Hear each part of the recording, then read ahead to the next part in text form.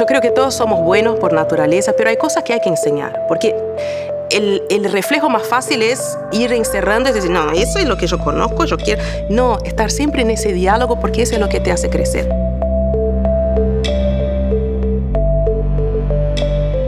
Y entender de dónde vienen las cosas que te dicen y que capaz que te lastiman, elaborar y ver cómo trabajar con eso, porque el mundo va a cambiar y cambia todos los días, pero es más fácil y más rápido que cambie uno adentro.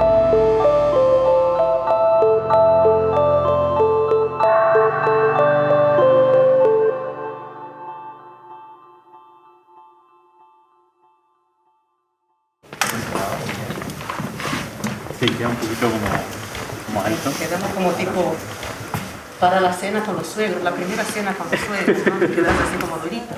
Sí. Perfecto, entonces cámara corre, sonido corre.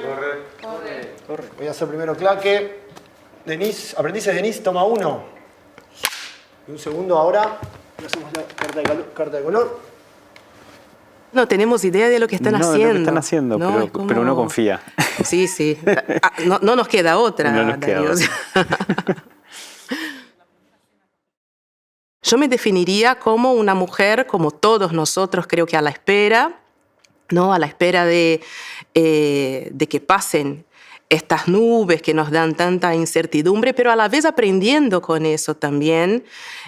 Bueno, como madre, que es una experiencia, creo que definidora por excelencia para las mujeres y para los hombres, ¿no? No es una experiencia exclusiva ni esencial, y una persona que trata de aprender con los demás, siempre en los márgenes, que es un poco, creo, por donde vamos a hablar mucho en el día de hoy, porque es una experiencia que esa sí me marca desde el momento en que nací y creo que me va a acompañar hasta el último segundo de mi vida, y que es una experiencia con la que hoy estoy cómoda, pero que ha sido también un largo viaje. Soy una mujer negra, que es algo que me gusta siempre hablar porque no es un detalle, ¿no? El ser negro en ese mundo en el que vivimos también es un desafío, también es como una especie de testimonio diario, de siempre tenés que estar buscando por qué estás haciendo las cosas, cómo estás haciendo las cosas. Capaz que no tendría que ser así, pero en ese mundo en el que vivimos 2021 todavía es así. Capaz que cuando mis hijos sean más grandes, en 2040, no sea. Pero por ahora y por muchos siglos, el ser negro significa algo. Entonces yo también me correspondo, dialogo con eso y trato de hacer algo por eso que haga con que la vida de los demás en el futuro sea un poquito más fácil. Entonces, en ese sentido, me pongo también como una mujer que tiene conciencia de lo que su figura, su cara, su color de piel, su origen significa, tanto para mí como para los demás. Entonces, también ser cuidadosa con eso, ¿no? Ser cuidadosa con mis pensamientos, con mis interlocuciones. En ese momento creo que soy eso, pero tratando de aprender, ¿no? De escuchar y de recibir, de nutrirme también de la experiencia de los demás. Mujer, madre, negra, ¿no? Fueron sí, los tres. Algunas, de extranjera, inmigrante. De niña. Si te imaginabas en algún momento poder decir abiertamente y con orgullo, mujer, bueno, madre, capaz que no sé si de niña te veías, te pensabas, y negra. Y negra. Es una construcción. Vos sabés que hay muchos estudios ahora, por suerte, creo que está mucho más desarrollado el pensamiento sobre el ser negro en el mundo. Uno no nace ni blanco, ni negro, ni asiático. Uno se va construyendo, ¿no? Eso, desde el punto de vista social. Entonces, yo me construí, bueno, obviamente en una familia. Mi mamá es negra, mi papá es negro, mis hermanos. Entonces, me acuerdo que de niña siempre escuchaba a mi padre y mi madre diciendo, no, porque vos tenés que tener orgullo, no sé qué. Y esa era una palabra que yo, ¿por qué tengo que tener orgullo? No entendía muy bien, ¿no? Y hasta el día de hoy conversamos sobre eso, porque yo no tengo orgullo de nada. Yo no tengo orgullo ni de ser negra, como creo que una persona no tiene que tener orgullo de ser blanca. Yo lo que sí entiendo es que cada uno desde su lugar puede contribuir a que el futuro sea mejor. Entonces no es un tema de orgullo, es un tema de serenidad, de estar sereno, de estar seguro, de estar convencido de que vos podés aportar algo al mundo siendo como sos. Y eso es igual para todos, no es ni mejor ni peor, porque lo del orgullo me da una sensacioncita de superioridad. Pero yo cuando era niña tenía mucho esa cosa dentro de casa del orgullo. Tenés que tener el orgullo, no sé cuánto. Y después en la escuela era todo lo opuesto, ¿no? Porque yo era la única niña negra durante mucho tiempo en la escuela. Y después cuando entró otro compañerito negro fue una locura porque yo siempre era la hermana del otro compañerito negro que estaba en otra sala, tenía otra familia. Entonces, vos sos la hermanita de no sé qué. Teníamos apellidos diferentes, obviamente. Pero era esa cosa de dos negros en una escuela donde solo había blancos. Claro, tienen que ser parientes, ¿no? Que es una cosa en Brasil, donde 57% de la población es negra. Entonces, ¿cómo se van generando estos micromundos que te alejan un poco de la realidad? Porque claro, después yo fui a la universidad, entonces ahí había un mundo más real y después cuando salí al mercado de trabajo también. Pero toda esa construcción de que yo llegaba a casa y tenía una vida y salía para el mundo y tenía otra vida. Entonces yo afuera de mi casa era minoría. Ese sustantivo que sí me molesta, porque ¿minoría para quién? ¿Minoría en relación a qué? ¿No? En términos mundiales, los no blancos no son minoría, son mayoría. Entonces, cuando hablamos de minoría, es un concepto político, económico y social también. Entonces, yo no suelo usar minoría, pero era una minoría real en ese colegio, después en algunos ambientes de trabajo. Pero ahí vos aprendés también a dialogar y fortalecerse en ese lugar. También, pero fue una construcción y yo de niña tenía mucho problema con mi pelo, con mi color de piel y era como todo niño tipo, ¿por qué yo no soy igual a los demás? ¿No? ¿Por qué? Y tenía esa cosa de que, ay, yo quiero ser igual. Y llegaba a casa llorando y tuve una madre muy comprensiva, pero un padre mucho más, mi padre era mucho más una cosa del tipo, no podés llorar, no sé qué, como que me empujó a una posición como un poco más pragmática de la vida, ¿no? Que yo soy súper pragmática, demasiado. Y mi mamá me dio la contención emocional que es necesaria para construirse desde adentro, ¿no? De escuchar, que es súper importante también, ¿no? Cuando un niño llega, y eso afuera de lo racial, pero cuando un niño llega con un problema, con un conflicto, es importante que haya un adulto disponible para escuchar, para no reírse, no minimizar, decir, ay, eso no pasa nada, ¿no? Y mi madre tuvo esa sabiduría, porque ahora eso es más común. Bueno, vos que sos docente sabés mucho más que la pedagogía ha avanzado mucho. Pero en los años 80, que vos llegaras llorando en tu casa, tipo, bueno, si te pegó, andá y pegarle también, no sé cuánto, tipo, tenés que... Era como que los niños teníamos que solucionarnos entre niños. Eso era lo que se decía, ¿no? Los niños se tienen que solucionar entre niños. Y a veces no es así, porque el bullying existe y te deja marcas, porque hay construcciones sociales en la escuela que estimulan la desigualdad y te dejan marcas. Yo vengo de una familia, yo comentaba, mamá negra, papá negro. Mi papá es hijo de una mujer, mi abuela lavaba ropa para crear sus 11 hijos, entre ellos mi padre. Mi padre entró en la Marina, ¿no? En la Armada de Brasil, muy joven, para educarse, más que nada para poder terminar los estudios. Siempre fue un hombre muy estudioso. Y bueno, y la Armada lo llevó para varios lugares del mundo y después siguió estudiando y se licenció, se graduó en ingeniería. Mi papá es ingeniero. Eso hizo con que nosotras, mi hermana y yo y mi hermano, también tuviéramos una situación económica que fue la primera en nuestra familia en el sentido más amplio. O sea, yo tenía una abuela que lavaba ropa, la segunda generación fue un ingeniero que llegó a ser ejecutivo de una multinacional. en San Pablo, ¿no? Salió de Bahía, también él hizo, bueno, mi papá podría hablar mucho más de superación que yo en ese exacto momento. Y fue como un cambio importante porque yo también ahí desde niña aprendí a ver, digamos, las dos caras de una misma moneda, de dos realidades muy semejantes porque salimos todos de un origen muy humilde y pude ver cómo mi padre hizo ese camino, pero después mis otros tíos y primos no. Por muchos años yo fui la hija del tío rico o del hijo rico de la abuela Joana que iban a verla todos los años a Salvador de Bahía. Entonces ahí también los márgenes, ¿no?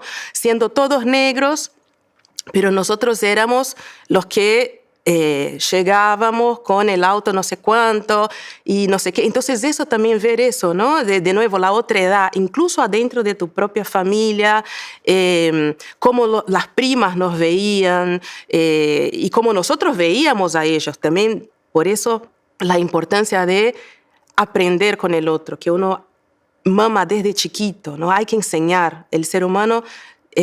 yo creo que todos somos buenos por naturaleza, pero hay cosas que hay que enseñar, porque el reflejo más fácil es ir encerrando y decir, no, eso es lo que yo conozco, yo quiero... No, estar siempre en ese diálogo porque eso es lo que te hace crecer. Y la dificultad, por ejemplo, que también llega a tu vida particular, que es la muñeca. Todos los compañeritos blancos, las muñecas blancas, la dificultad que era encontrar una muñeca negra en Brasil, ¿no? Estoy hablando de los años 80. Ahora hay.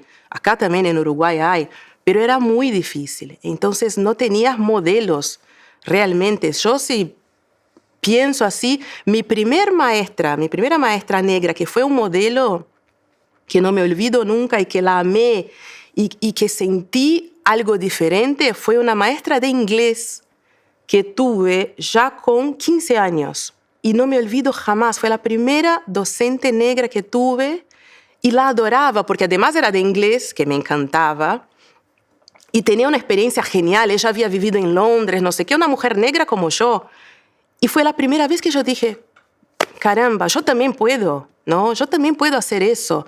Y creo que ella entendía, porque cualquier cosa que yo hacía, ella ponía brillante, vamos arriba, no sé qué, o sea...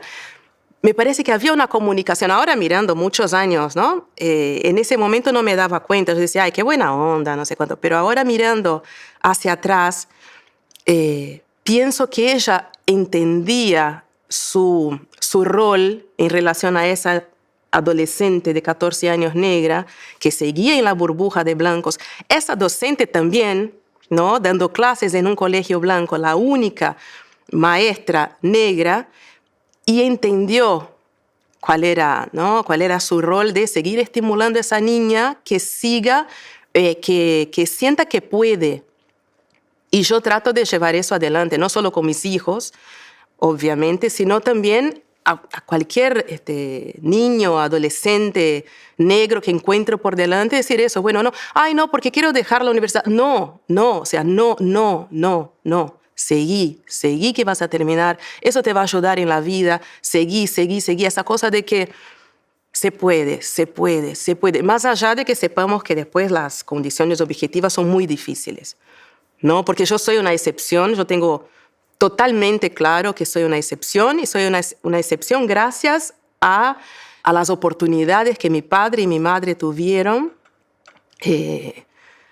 pero que no tienen todos. Pero hay algo también en eso de la excepción, que es la importancia del hablar en primera persona. Uh-huh. Yo soy esto, yo pude esto.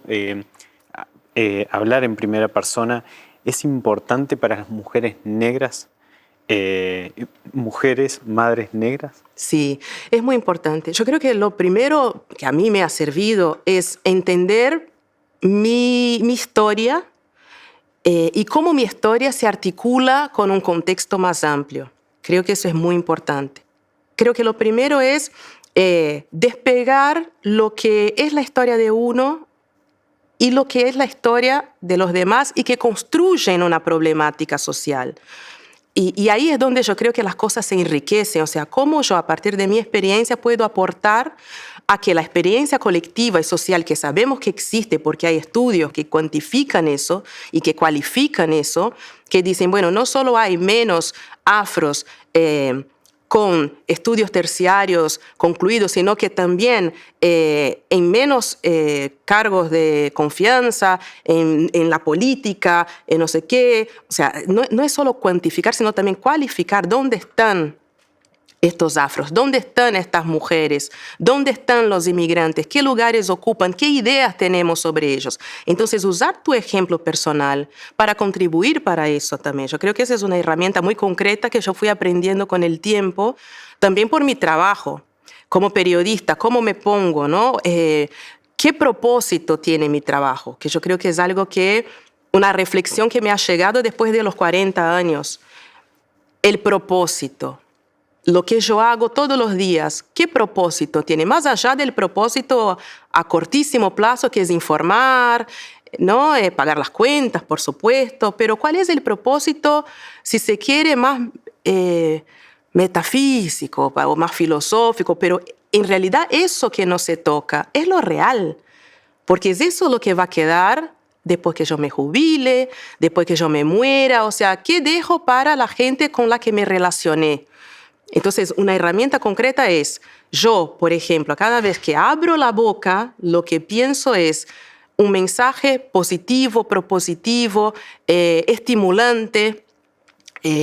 No me gusta la palabra empoderador, pero vamos, empoderador a esas mujeres, a esas madres, a esas chiquilinas, chiquilines que están en ese momento, en momentos en que yo viví. Yo también viví y vivo todos los días, somos construcción.